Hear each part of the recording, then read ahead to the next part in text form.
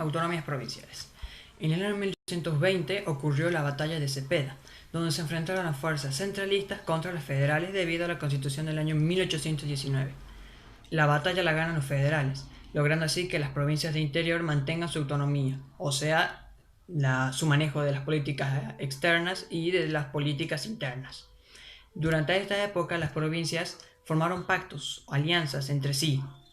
Son más conocidos los pactos de Pilar, Benepa y el Cuadrilátero.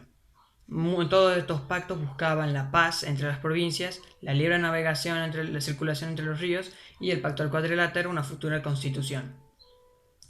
Durante la época del año 1820 al 24, bajo el gobierno de Martín Rodríguez, ocurrió la feliz experiencia. Se denomina así porque en esa feliz experiencia ocurrió las reformas rivadavianas. Estas fueron una serie de reformas ocurridas en Buenos Aires que mejoraron el aspecto judicial, económico, militar, eclesiástico y social de la provincia. Y finalmente, en el año 1826, las provincias llegaron a un acuerdo donde se dictaron las leyes de presidencia y de fundamental, y en la ley fundamental se decía de que las provincias mantendrían su manejo de políticas interiores y podrían elegir su gobernador, y la ley de presidencia que decía que Buenos Aires se le delegaba el poder para representarlos a todo el interior en el exterior, ya sea militarmente o políticamente. Y también se sancionó la Constitución en el año 1826, pero lastimosamente la Constitución no fue aceptada por las provincias ya que rompía con la ley fundamental, porque la Constitución decía que Buenos Aires elegiría a los gobernadores, algo que las provincias nunca iban a aceptar. Periodo de interregno. El periodo de interregno duró desde el año 1832 al año 1835. En el año 1832 fue electo Juan Ramos Balcarce, luego de que Rosas rechazó el poder porque la legislatura porteña no le iba a conceder las facultades extraordinarias, ya que lo veían innecesario y querían respetar la legalidad. Luego del mandato de Balcarce, fue reemplazado por Viamonte y meses después, cuando llegó Rosas a Buenos Aires, Viamonte se vio obligado a renunciar y asumió el poder Manuel Massa, que era amigo de Rosas.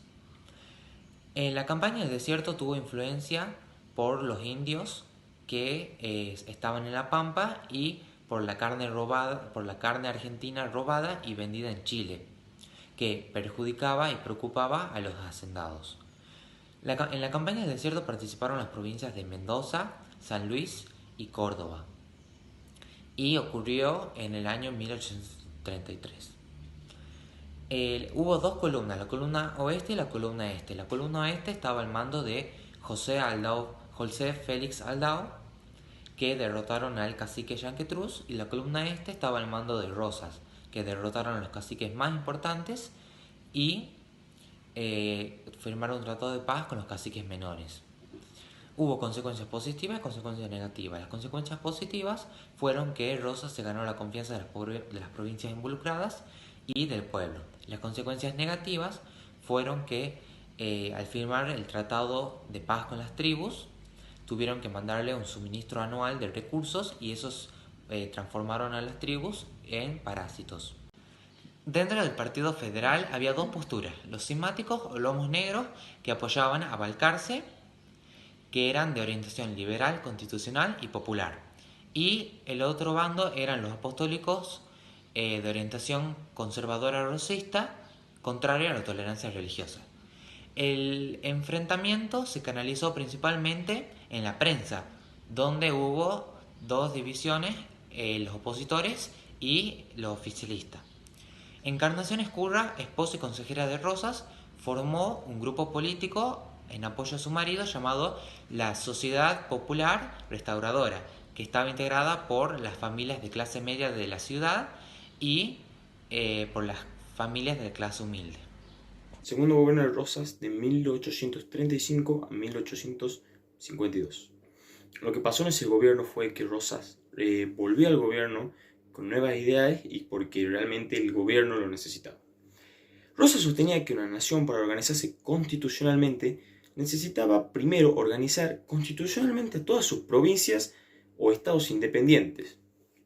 Bueno, y muchos se preguntan por qué volvió Rosas al poder. Rosas volvió al poder tras el fallecimiento de Quiroga y la renuncia de Massa. Entonces los legisladores necesitaban una persona que tuviera poderío militar, presencia y una mano dura. Y qué mejor persona que Juan Manuel de Rosas para cumplir con todos esos requisitos. Y entonces en el momento que Rosas asume su poder, le entregan el título de brigadier general. Bueno, Rosas consideró la armonía a través de la suma de poder público. Y entre tanto de sus accionarios estableció la ley de aduana que establecía que todo producto extranjero que ingresara a Argentina tendría que pagar tributo a Buenos Aires y todo producto que saliera de la Argentina hacia el exterior tendría que pagar tributo a Buenos Aires nuevamente. De esta manera todo el sistema económico se manejaba en Buenos Aires y hacia los exteriores de las provincias. Yo voy a hablar sobre la vida cotidiana en tiempos de Rosas, las tertulias y las pulperias. Las tertulias: se reunían miembros de los sectores altos de la sociedad, se reunían en las casas, se bailaba, se escuchaba música y se discutía de política y poesía. Los indios trocaban cueros, piedras, plumas, tabacos y telas. En las pulperias iban quienes pertenecían a los sectores bajos y medios de la sociedad. Allí se comerciaban productos, se tocaba la guitarra, se bailaba y se cantaba. Semejanzas: ambos eran lugares a los que las personas asistían para divertirse y distraerse de la realidad. Se escuchaba música y las diferencias: un lugar era de clase alta y otro lugar era de clase baja y media. En las tertulias se trataban temas serios como la política y la poesía, y en las pulperias se comercializaban productos. Las tertulias eran reuniones en casas. Ahora voy a hablar sobre las vestimentas de la época. La vestimenta femenina de clases altas: las damas vestían la moda española que llegaba a Buenos Aires. Para poder vestirse tardaban 1 hora mínimo y necesitaban ayuda de muchos sirvientes. En cuanto a los caballeros, no cambiaba mucho a lo largo del siglo: el pantalón, chaleco y chaqueta.